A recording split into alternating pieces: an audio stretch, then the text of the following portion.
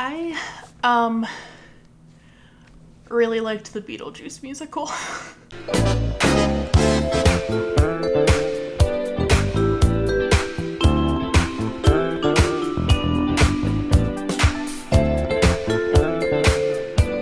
And all I've got to offer is sensitivity, intelligence, and charm. I got a new light. Can you tell? Please say you can tell. So this video is about three things: fandom, generations, and the evolution of a character. Before I get started, I wanted to mention that this video was inspired by a series of tweets from Lindsay Ellis, which I will link below. Now that that disclaimer is out of the way, I probably should also throw out a little content warning for child brides and general pervy behavior. But the fun has just begun. It's showtime. The first time I saw Tim Burton's 1988 film about a raunchy, sex-crazed, moldy demon who loves to hear his own name, I was about 5 or 6 years old. It quickly became one of my favorite movies, and honestly, it still is. You can imagine my kindergarten teacher's face when she asked the class what all of our favorite movies were, and I responded with Beetlejuice. To quote the Wikipedia synopsis, after Barbara and Adam Maitland die in a car accident, they find themselves stuck haunting their country residence, unable to leave the house. When the unbearable Dietzes and teen daughter Lydia buy the home, the Maitlands attempt to scare them away without success. Their efforts attract Beetlejuice, a rambunctious spirit whose help quickly becomes dangerous for the Maitlands and innocent Lydia. It's a weird movie. And it definitely requires an open mind. The target audience for this movie was definitely not 5-year-olds with ADHD. The movie carries a PG-13 rating and is filled with sexual innuendos, references to drug use, straight up assault, and one big PG-13 F-bomb. A major plot point in the movie is the titular Beetlejuice trying to force the underage Lydia into marriage with him in order to gain permanent residence in the world of the living. We'll come back to that. The film garnered a cult following that helped to propel Tim Burton into the cultural zeitgeist that he has fallen out of today. Just a year after the release of the original movie, The Ghost with the Most was adapted into a much more child-friendly animated series.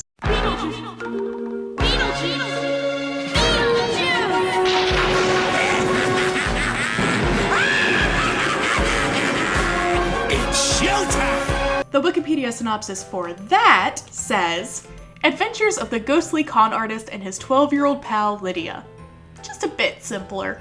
I had actually never seen the animated series before I got the idea for this video, and I was surprised to find that the title character is not the villain of that show, but rather sort of a zany sidekick to main protagonist Lydia. The Maitlands are written out entirely, and so is most of the innuendos and aggressive behavior from Beetlejuice. Lydia has also been aged down from teenager to 12 years old. The show had a very similar energy to something like Courage the Cowardly Dog or The Grim Adventures of Billy and Mandy, where it's darker, but it's still ultimately targeted towards kids. With Beetlejuice no longer the villain, and with the show targeted towards children, the child bride plot point is also ultimately dropped.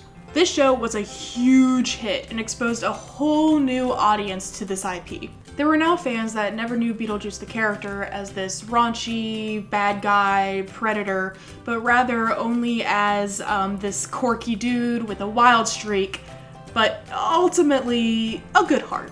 The fandoms for these two different iterations obviously had some overlap, but tended to kind of quietly keep to themselves for the past 30 years, until this.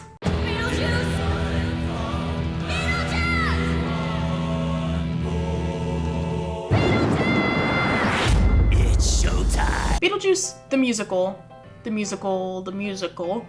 premiered at the National Theater in Washington, D.C. on October 14th, 2018, before moving to Broadway in 2019. The Wikipedia synopsis for this is way too long and complicated for me to read out loud right now, so look it up for yourself. LMAO. The musical carefully toes the line of bad, unlikable Beetlejuice and likable outcast Beetlejuice. The character is definitely more like the 1988 movie version though. He's rude, he's crass, and he is ultimately the villain of the show. However, in this version, he does come back at the end of the show to save the day and feed his murderous mother, who in the musical is revealed to be Juno, if you remember her from the movie, to the iconic sandworm. This happens after the underage marriage that I keep bringing up. I promise, we'll get to it. This is important because in the stage version, the sandworm makes its appearance after they had already gone through with the marriage, which was actually part of the plan to beat BJ. It's complicated. Like I said, that synopsis is like 5 paragraphs long. Whereas in the movie, the sandworm vores Beetlejuice, not Juno, before the marriage actually takes place.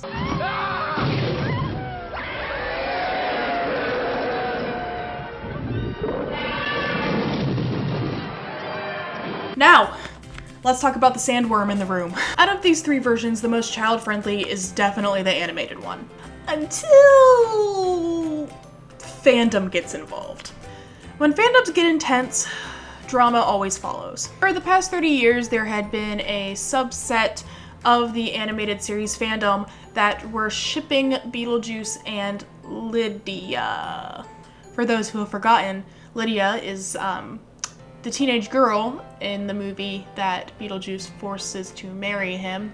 And she is the 12-year-old girl in the animated series. And Beetlejuice is a centuries-old demon. This is obviously not great.